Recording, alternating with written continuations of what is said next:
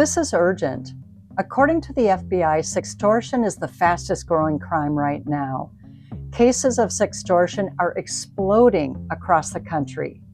Sextortion predators are targeting our kids online, our children, our preteens, and our teens.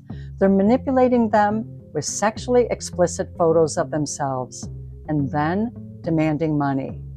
It's led to our children getting terrorized by these sextortion predators, and tragically, it's led to many of our children committing suicide. I encourage you to check out my first post on sextortion, which shares the story of James and his family, victims of sextortion, and my second post, which describes a scenario in detail, explaining how sextortion can commonly play out.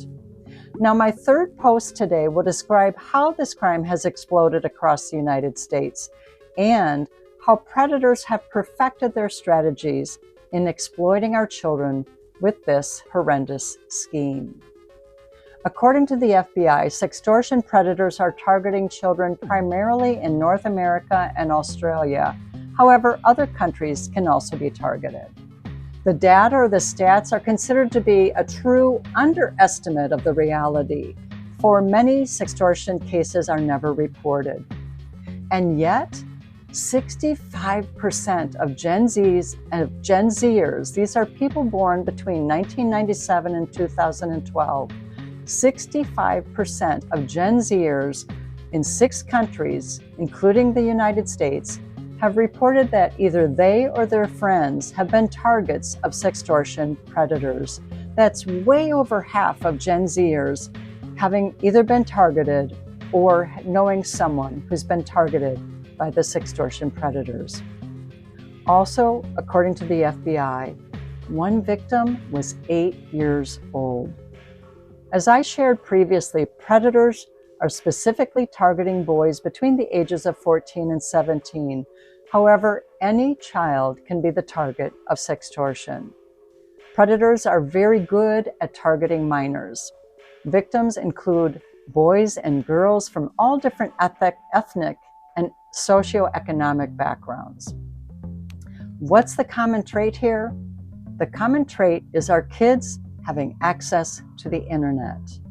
So let's take a look at the predators for a moment.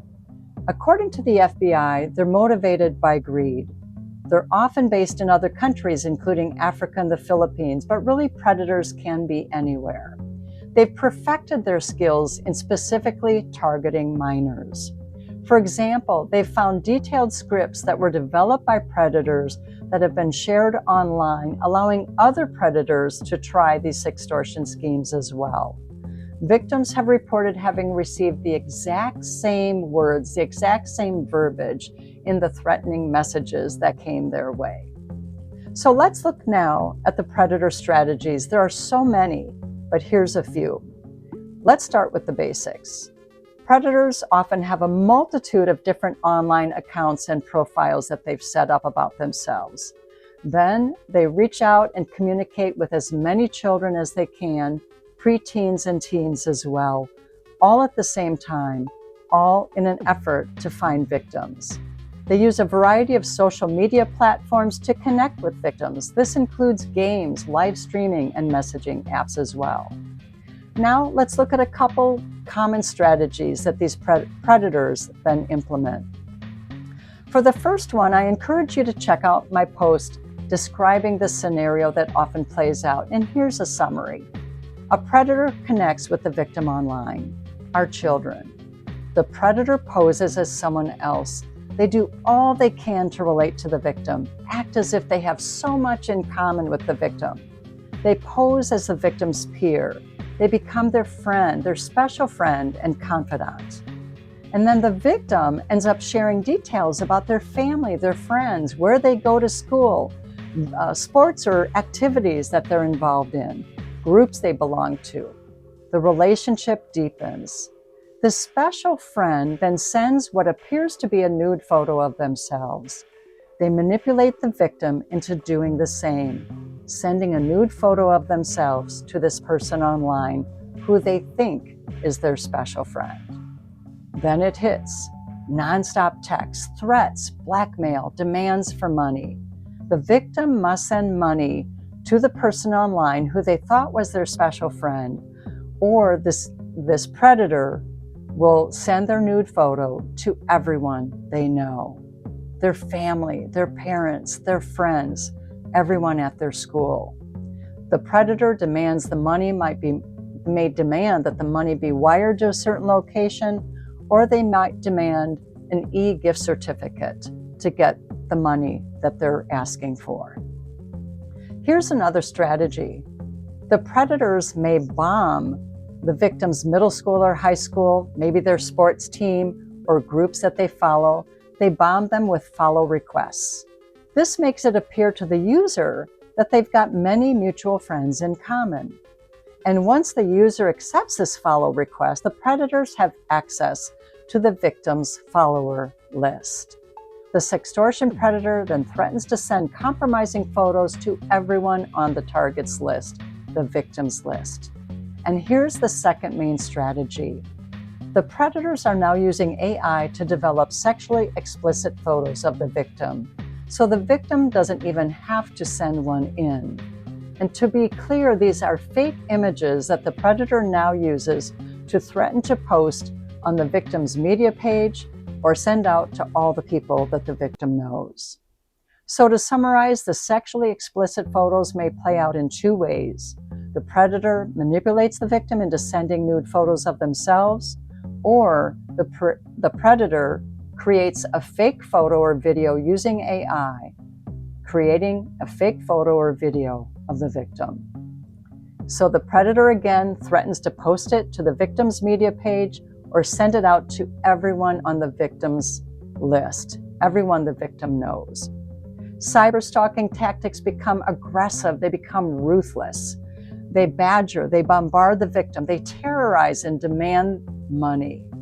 Now, let's step back and remember, the victim thought this was their special friend. Suddenly the reality hits that this special friend never even existed. Grief sets in, deep loss. So that on top of all the terrorizing demands for money. Give it some thought. Now, here's another very sick twist that's happening with sextortion schemes. The predator may use a different phone number. They pretend to be law enforcement. Then the predator requests money to help the victim settle the sextortion scheme. So they've added a whole nother layer to this scheme and to this crime. These are a few of the many ways sextortion is playing out. To learn more, I encourage you to check out two websites. The first is the Do It for James Foundation, and the second is a website called Thorn, spelled T-H-O-R-N. If you know of a sextortion situation happening right now, please contact the FBI at 1-800-CALL-FBI, or you can report it online at tips.fbi.gov.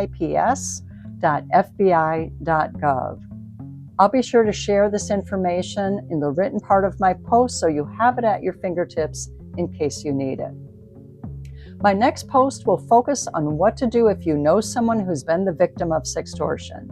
I'll then do a post focused on preventing sextortion from happening. This is Truth and Heart Unfiltered with Pam Glenn. As many of you know, I'm a certified nurse midwife. I've done posts focused on the topic of relationship abuse, and soon I'll be doing more posts focused on the topic of human trafficking. For now, I encourage you to subscribe to my YouTube channel. Please share this information with others, and specifically with this topic of sextortion, please share this information with other parents, caregivers, teachers, and coaches. You never know how this information may significantly and positively impact someone's life. For now, please stay safe, take care, and I'll see you at the next post.